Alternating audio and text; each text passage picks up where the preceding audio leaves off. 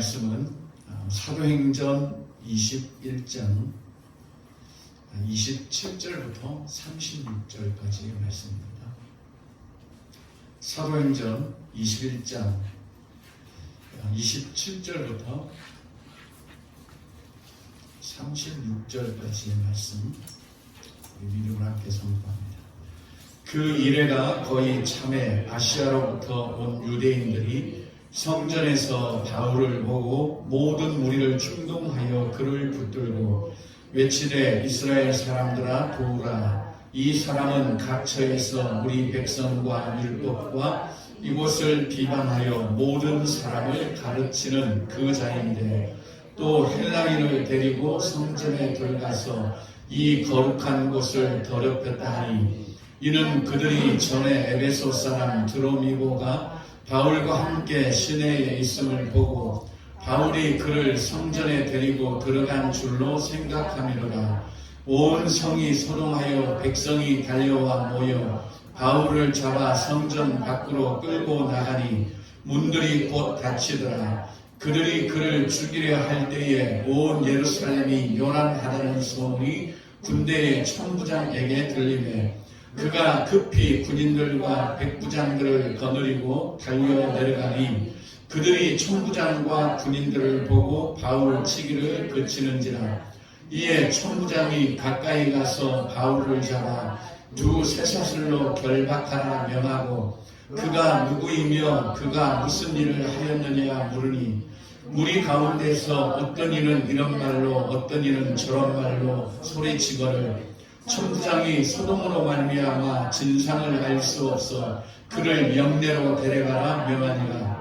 바울이 천대에 이를 때에 무리의 폭행으로 말미암아 군사들에게 들려가니 이는 백성의 무리가 그를 없이 하자고 외치며 따라감이라라. 아멘. 오늘 말씀은 바울이 결박되는 그런 내용입니다. 예루살렘에 당도하여서 그가 충분히 이 율법을 거역하지 않는다라는 것을 이제 보여주었지만 일부 사람들이 다시 이 바울을 모함하고 또 이방인을 데리고 성전 안에 들어왔다는 이런 소동을 통해서 바울을 끝내 죽이려고 했던 그런 내용들입니다. 물론 그때에 천부장이 군대를 이끌고 이 예루살렘에 와서 바울을 구해내는 이런 아주 긴박한 그런 순간이 있었지만 결국 바울은 이 천부장에 의해서 결박당하는 일을 이제 당해야만 했지요. 그런데 이 일로 인해서 바울뿐만 아니라 예루살렘에 입성하기까지 많은 사람들이 함께 했는데 바울이 결박당한 이런 문제에 대해서 기도하거나 그런 게 없어요. 바울이 이 결박을 당했다 해서 바울이 막 놀래거나 당황하거나 그런 것도 없습니다. 오히려 바울은 태연하게 그리고 37절부터 우리가 보면 알 수 있겠지만 그 결박된 순간에도 백성들을 향해서 하나님의 말씀을 전하는 그런 모습을 우리가 볼 수 있습니다. 왜 이렇게 바울이 로마의 군대에게 결박을 당해서 어찌 보면 이제 끌려가는 그런 상황에서도 그가 놀라지 않고 또 두려워하지 않고 태연하게 어쩌면 더 여유 있게 하나님의 말씀을 순간의 어떤 틈새를 통해서 또 전했느냐 하면 이미 바울은 이걸 알고 있었죠. 우리가 사도행전 20장 22절부터 24절까지 한번 보겠습니다. 20장 22절부터 24절까지의 말씀 보겠습니다. 보라, 이제 나는 성령에 매여 예루살렘으로 가는데 거기서 무슨 일을 당할는지 알지 못하노라. 오직 성령이 각 성에서 내게 증언하여 결박과 환난이 나를 기다린다 하시나 내가 달려갈 길과 주 예수께 받은 사명 곧 하나님의 은혜의 복음을 증언하는 일을 마치려 하면은 나의 생명조차 조금도 귀한 것으로 여기지 아니하노라. 아멘. 바울은 그가 가야 될 길을 너무 분명하게 알고 있었습니다. 예루살렘에 올라가는 것은 성령의 인도였고, 그리고 성령께서 친히 예루살렘에 올라가면 결박과 환난이 기다리고 있다라고 알려주셨습니다. 이런 성령의 어떤 계시를 동일하게 받았지만 어떤 사람은 그러니까 올라가지 마라. 너 예루살렘에 올라가면 결박당할 것이고 또 환난을 당할 것이니 올라가지 마라. 이렇게 말했던 반면에 바울은 성령이 그걸 말씀을 해 주심으로 인해서 아니다. 오히려 이게 내가 달려갈 길이고 비록 결박과 환난이 기다린다 하지만 하나님의 은혜의 복음을 이 전하는 바로 이 길을 내가 멈출 수 없다. 내 생명을 나는 아끼지 않고 이 사명을 다해야 된다. 라고 하는 그런 분명한 확신을 가지고 예루살렘으로 올라갔습니다. 그래서 이 바울은 이미 알고 있었기 때문에 예루살렘에서 결박이 그에게 주어졌을지라도 전혀 그는 놀라지 않고 두려워하지 않고 그 결박 당함을 그냥 순순히 그냥 당한 거지요. 만약에 우리 같으면, 아니 저 같으면 엄청난 그런 소용돌이에 빠질 수도 있습니다. 결박을 당했다는 것은 굉장한 그런 위험과 환난에 처했다는 일인데 어찌 이 순간에 그렇게 놀라지 않을 수 있겠습니까? 우리는 뭐 그 순간에 막 기도했을 수 있지. 하나님, 내가 하나님의 일을 하려고 이렇게 왔는데 이게 내가 지금 결박을 당했지 않습니까? 삼손이 결박 당했을 때 그걸 다 끊어버린 것처럼 뭐 제게도 힘을 주셔서 이 결박에서 벗어나게 해달라고 그렇게 기도할 수도 있다는 거죠. 꼭 우리는 결박이 아니더라도 어떤 고난이나 또 어떤 어려움이 있을 때 우리는 그것을 벗어버리기 위해서 얼마나 기도하고 또 하나님께 매달리고, 그러다가 이 결박이 벗겨지지 않으면 하나님에 대한 원망이 하늘을 찌르기도 합니다. 이 왜 이런가 하면 우리가 뭔가를 분명하게 알지 못해서 그래요. 바울처럼 성령께서 친히 결박이 기다리고 있다는 것을 안다면 문제는 좀 달라지겠죠. 근데 우리가 너무 이게 어떤 하나님의 그런 일하심에 대해서 우리가 좀 더 알 필요가 있습니다. 하나님은 모든 것을 사용하실 수 있습니다. 결박도 사용하실 수 있고요. 환난도 사용하실 수 있고, 심지어 우리 죽음도 하나님은 사용하십니다. 이런 하나님을 우리가 알아야 돼요. 하나님은 나 한 사람 보호하고, 그리고 이 땅에서 고난 안 당하게 하고, 이 땅에서 죽음 당하지 않도록 나를 지키시는 분이 아니에요. 하나님은 우리를 지키시되 왜 지키느냐? 당신의 일을 하도록 지키십니다. 아멘. 우리가 이 땅에서 안전하게 살도록 하나님이 우리를 보호하시는 게 아니라 우리에게 하나님의 일을 맡겼으니 그 일이 이루어질 수 있도록 우리를 지키시고 보호하십니다. 그게 하나님이 하시는 거예요. 바울도 결박을 당하고 하는 게 결국은 로마에 하나님의 은혜의 복음을 전해야 되는 거예요. 이 은혜의 복음을 로마에 가서 전하기 위해서는 하나님은 결박이라는 이걸 사용하시는 거죠. 결박되지 않으면 로마까지 갈 길이 막막한 거예요. 그리고 로마의 감옥의 그 깊은 곳에 있는 그들에게 복음을 전할 수가 없습니다. 하나님은 이전에도 이 바울을 빌립보 감옥에 보내셨습니다. 그리고 그 깊은 감옥에 있는 간수장과 그의 가족을 하나님은 다 구원하신 거죠. 하나님이 하시는 일이 이렇습니다. 근데 우리는 자꾸 하나님을 내 삶에 집중시키게 만들어요. 아니요. 우리가 하나님이 하시는 일에 집중해야 되죠. 우리가 하나님이 하시는 일에 뛰어들 때 하나님은 우리를 그 일을 하실 수 있도록 우리를 지키시고 보호하십니다. 우리가 이 땅을 잘 살도록 하나님이 보호하신다면 아니 빨리 천국 그냥 우리를 데려가 버리시면 되죠. 이미 구원 받았는데 뭐 하려고 이 땅에 살게 하시면서 우리를 주야로 지키시고 하나님은 나를 눈동자같이 막 보호하시고 내가 이쪽으로 가도 하나님은 나와 함께 하시고 저쪽으로 가도 나와 함께 하시고 하나님이 왜 그러시냐고요. 우리를 쓸데없이 그냥 이 땅에 남겨놓으시고 이런 험악한 세상에 우리를 살게 하시고 그냥 우리를 날마다 이렇게 지켜보고 계시고 우리가 혹시라도 어려움 당하지 않을까 하나님은 졸지도 아니하시고 주무시지도 아니하신 마치 이런 하나님으로 우리가 만들어버리는 거죠. 여러분 하나님의 교회 그리고 하나님이 지금 유일하게 하시고자 하는 일은 바로 구원이죠. 구원이에요. 하나님이 정말 이 땅에 베풀기를 원하시는 것은 영원한 생명을 주는 거예요. 모든 사람에게 한 사람도 빠짐없이 영원한 생명을 하나님은 주시기를 원하시고 그 일을 지금도 하나님은 이루어가십니다. 여러분 우리가 막 사실 잘 살고 못 살고 하는데 하나님 관심 없어요.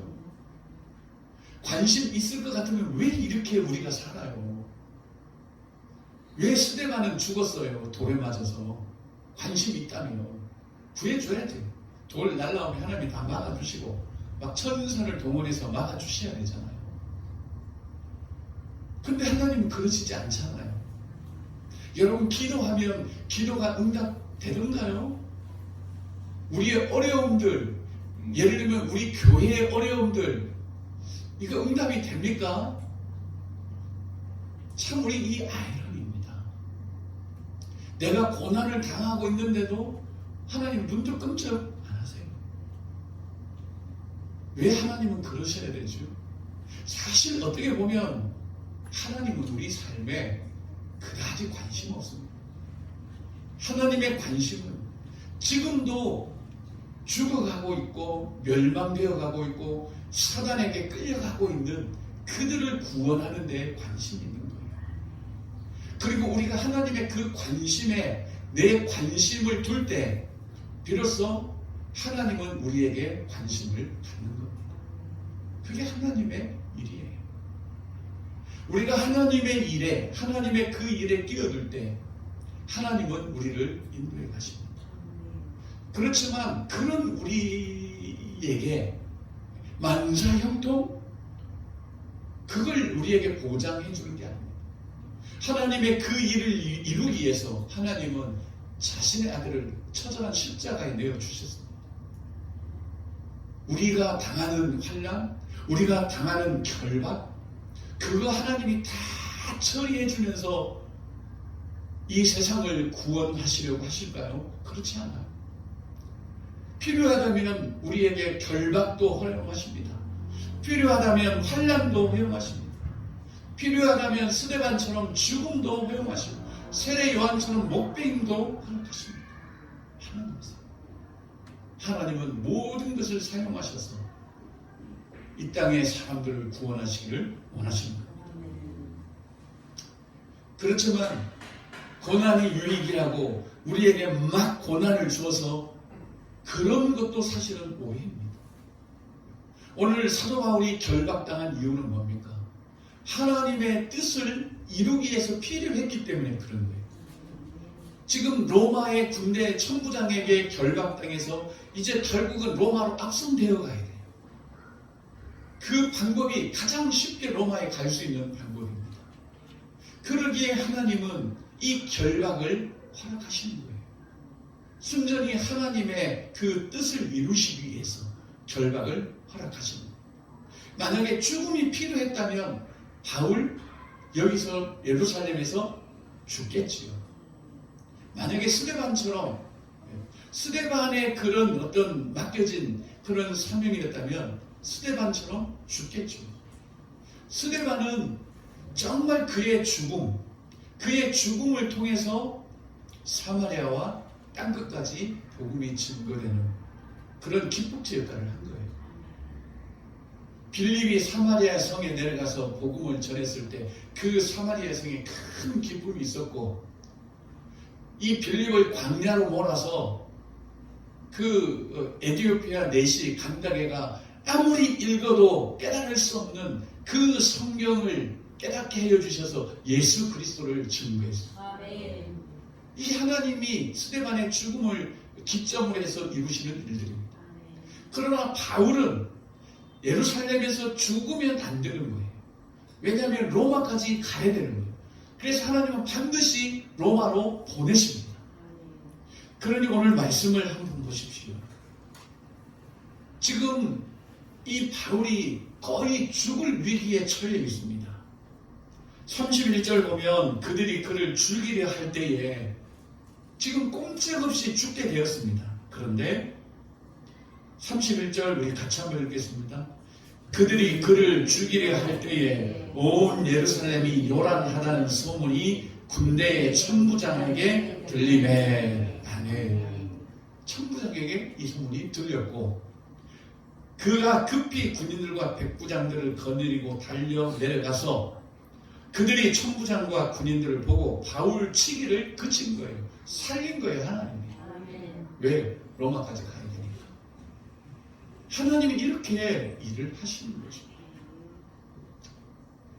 그래서 우리의 어떤 그런 결박들, 또 우리의 어떤 환난들, 이런 걸 우리가 맹목적으로 그냥 하나님께 고난에서 벗어나기를, 또 질병에서 치유되기를, 우리의 어떤 위험에서 우리가 또 자유케 되기를, 또 죽음이 연장되기를 바라는 것은 사실 우리가 하나님을 참 많이 모른다 하는 거죠. 진실로 우리가 하나님을 알 수만 있다면 한결 우리의 어떤 신앙이라든지 이런 부분들이 간결해질 수 있고요, 명확해질 수 있을 겁니다. 하나님이 과연 지금 어떻게 우리 가운데 역사하시고 하나님의 관심이 지금 어디에 있는 줄을 우리가 안다면, 우리가 예수 그리스도를 믿으면서도 혼돈과 공허와 그런 어둠의 깊은 가운데 있지는 않을 겁니다. 여러분, 믿음의 길이 뭡니까? 하나님은 나로 하여금 환난에서 벗어나게 할 줄로 믿습니다라는 것이 아니라, 하나님은 필요하면 환난까지도 사용하신다라고 하는 그 하나님을 믿는 것이 우리의 진짜 믿음 아니겠습니까? 아멘. 하나님은 나를 죽음에서 건지실 것이다가 아니라, 하나님은 당신의 일을 이루기 위해서 필요하다면 나의 죽음도 사용하실 것이라는 이 믿음이 우리에게 필요한 게 아닐까요? 우리는 예수를 믿는 게 그냥 만사형통이에요. 예수를 믿는 게 그냥 평안하면 아주 복받은 거라고 생각을 합니다. 누가 복받은 겁니까? 오늘 결박당한 이 바울이 복받은 겁니까? 아니면 그저 하루하루 평안하게 아무 문제 없이 그냥 먹을 거 다 먹고 입을 거 다 입고 살아가는 우리가 복받은 겁니까? 도대체 누가 복받은 거냐고. 저는 그러고 싶지 않지만 저는 바울이 복받은 거라고 저는 그렇게 말씀드리고 싶어요. 진실로 복받은 이는 바울이다. 그럼에도 불구하고 우리는 우리의 삶에서 어떤 그런 환난도 없기를 바라죠. 우리는 그저 평안하면 그냥 하나님이 함께 하신다고 생각을 해요. 그런데 예수께서 우리에게 평안을 주시는데요, 분명히 예수님은 말씀하시죠. 나의 평안을 너희에게 주겠다. 우리 그냥 인간의 우리 평안이 아니고 나의 평안을 너희에게 끼치노니, 그렇게 주님이 말씀을 하십니다. 우리 한번 성경을 찾고 넘어가겠습니다. 요한복음 14장이죠.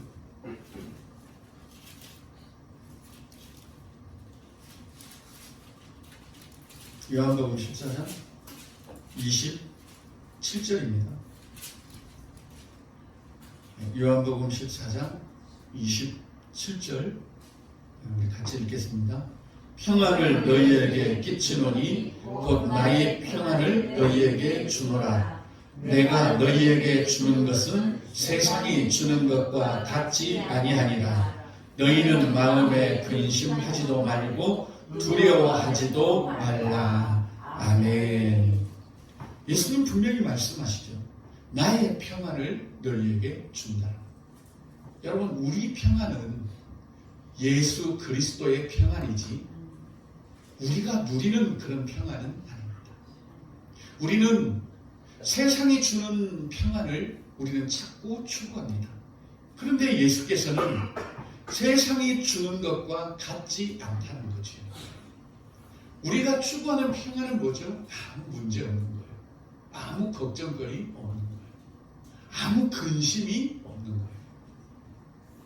여러분, 걱정거리가 없어서 걱정 안 하는 건 누구라도 할 수 있습니다.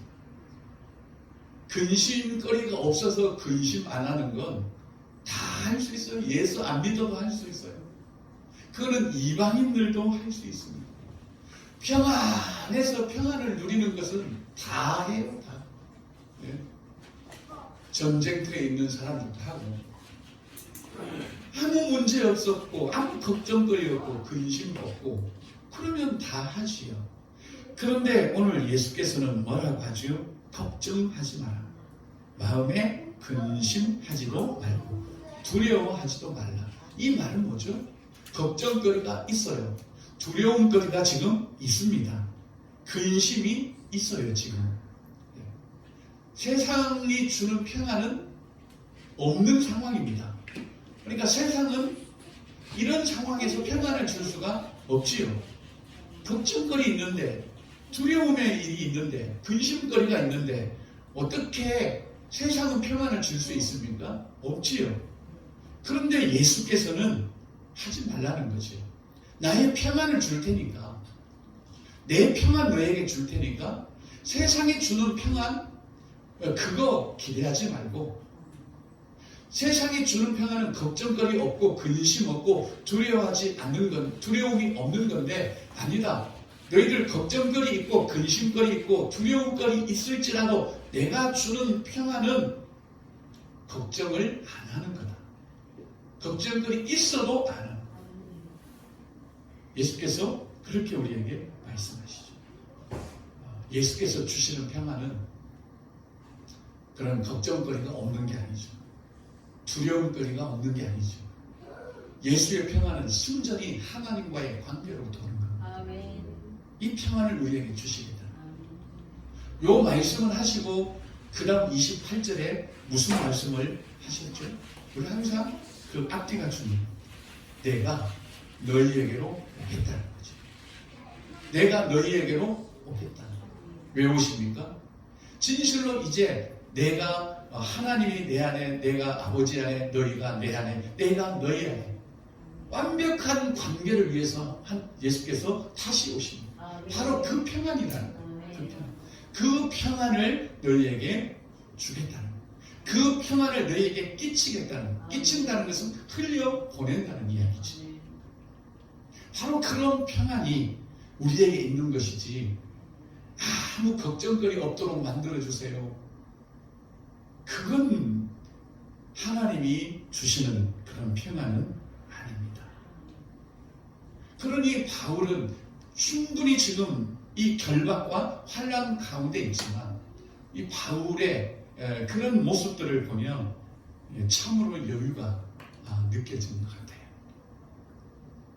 여러분, 정말 이 신앙이라고 하는 것, 믿음이라고 하는 것은 우리에게 참 자유를 주는 건데, 우리는 어쩌자고 이 예수를 믿는데도 이렇게 참 자유가 없을까요?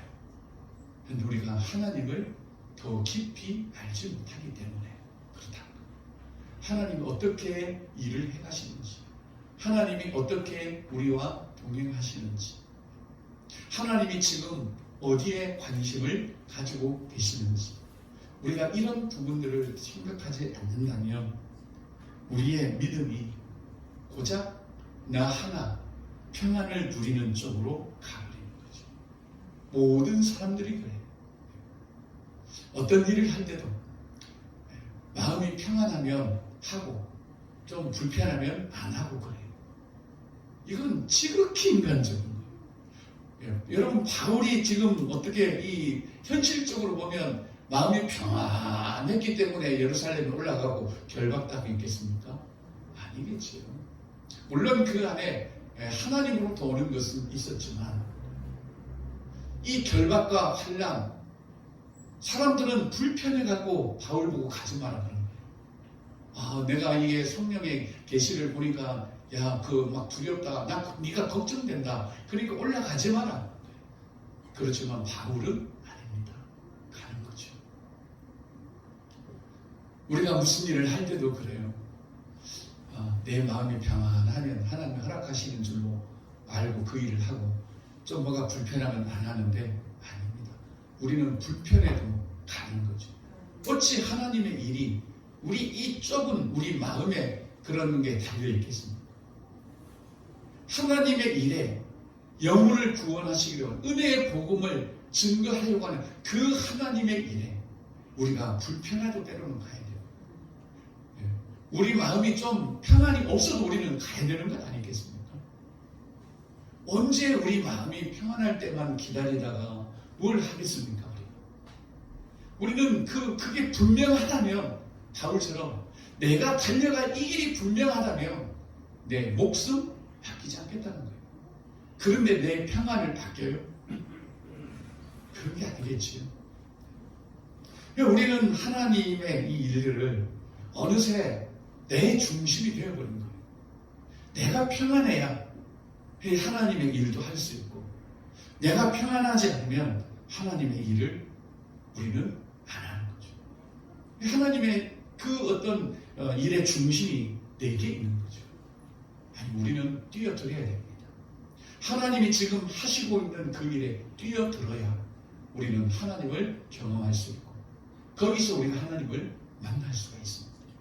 우리는 하나님의 역사, 하나님의 그분의 계획이 이렇게 진행되는데 밖에서 자꾸 하나님을 찾고 하나님을 우리는 경험하려고 해요.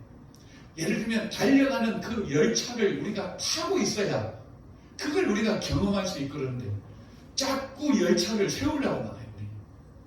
안 되죠.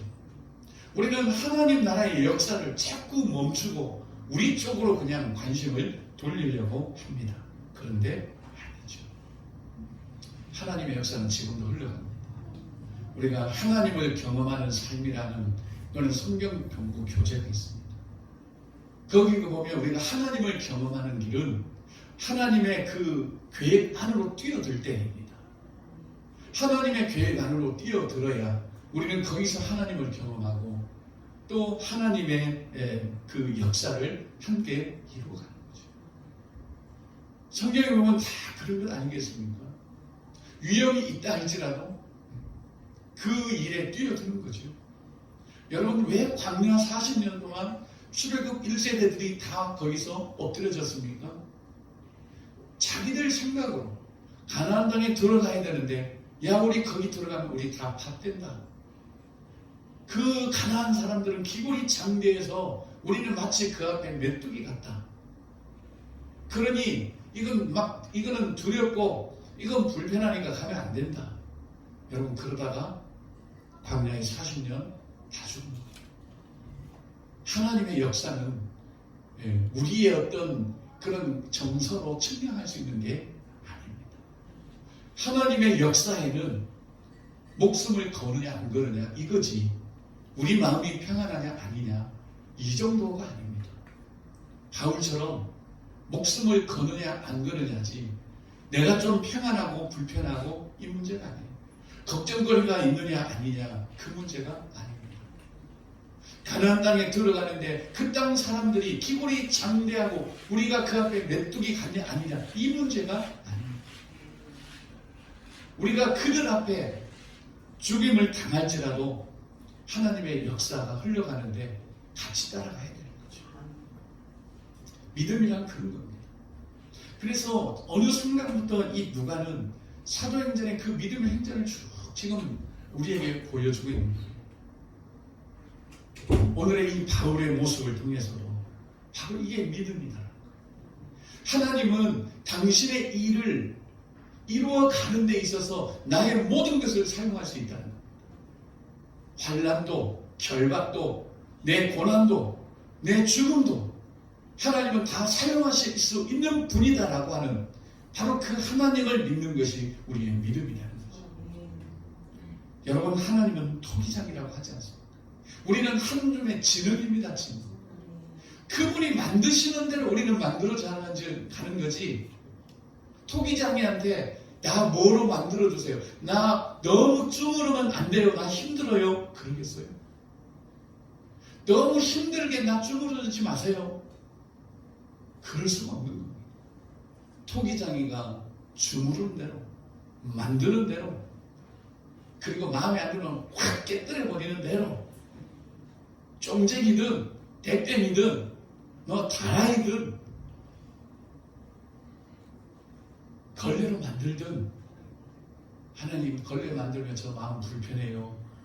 그러지 마세요. 아니죠. 하나님의 주권을 우리가 알고 인정을 할 줄 우리는 알아요. 이게 믿음이죠. 하나님이 나에게 해줄 줄로 믿습니다가 아니라 하나님이 내 모든 것을 사용하실 수 있는 주권자라는 것을 우리가 믿는 것이 믿음이에요. 그래서 그분이 사용하실 때 우리가 그냥 아멘으로 그냥 감당해 나가는 거예요. 그게 우리의 믿음이어야 되고, 이것이 바로 믿음의 행전입니다. 사도행전은 바로 그런 믿음의 행전이에요. 바울은 너무나도 분명하게 이 하나님의 주권에 대해서 알고 있습니다. 그래서 바울은 로마서에도 그 이야기를 하는 거죠. 토기장의 이야기를 하는 겁니다. 이런 하나님의 주권을 믿고 그 주권을 따라가고, 주권이 내게 뭔가를 요구할 때 내어드릴 수 있는 바로 이 믿음이 참 믿음이에요. 하나님이 이 땅에서의 어떤 나의 삶에 하찮은 이 벌레 같은 내 삶을 위해서 하나님이 졸지도 아니하시고 주무시지도 아니하신다고 하는 이 얼토당토 않은 것을 우리는 조금 이제는 오해를 좀 풀어요. 하나님은 당신의 친 백성들, 아직까지 이 사단의 손아귀에 포로되어 있어서 돌아오지 못하고 있는 그들을 구원하시고 자유케 하시고 눈을 뜨게 하시고 이 일을 이루어 가는 데 있어서 그분은 졸지도 아니하시고 주무시도 아니하시고, 우리가 그 일을 그 하나님의 역사에 뛰어들 때 하나님은 우리가 그 일을 감당할 수 있도록 우리를 지키시고 보호하시고 인도해 가시는 거예요. 하나님의 역사 밖에서 호의고식하고 안전을 누리고 나 하나의 어떤 그런 삶을 위해 마치 하나님이 존재하는 것처럼, 마치 토기장이가 그 그릇을 위해 존재하는 것처럼 그렇게 거꾸로된 신앙이라면 우리 신앙은 앞으로도 계속 혼돈과 공허 속에서 우리는 방황할 수밖에 없습니다. 이런 하나님의 주권을 우리가 분명히 알고 그 주권이 실행되어 가는데 내 주권은 포기하고 한 줌 흙으로, 하나님의 손에 들려진 한 줌의 진흙으로 어떻게 그분이 빚어가시든지 우리의 삶을 그분에게 맡길 때 하나님은 우리를 사용하셔서 당신의 백성들을 구원하는 일을 하십니다. 그리할 때 하나님의 관심은 우리에게 있고, 하나님은 그 일을 우리가 잘 감당하도록 오늘 바울을 결정적인 순간에 구해내셔서 죽음을 면하도록 하신 것. 그래야만 로마에 가서 복음을 전할 수 있기 때문에 하나님은 이렇게 우리를 지키시고 보호하시는 것이지, 하나님의 역사 밖에 있는 그런 삶에 눈을 부릅뜨고 그렇게 지키시는 분은 아니라는 겁니다. 이런 하나님의 주권을 우리가 알고 그 하나님을 좀 더 조금씩 더 깊이 알아감으로 인해서 우리의 삶이 더 명확해지고 분명해지고 그래서 깔끔하게 살다가 주님 오시면 아멘 하고 갈 수 있는 저와 여러분들이 될 수 있기를 예수님의 이름으로 간절히 기도합니다.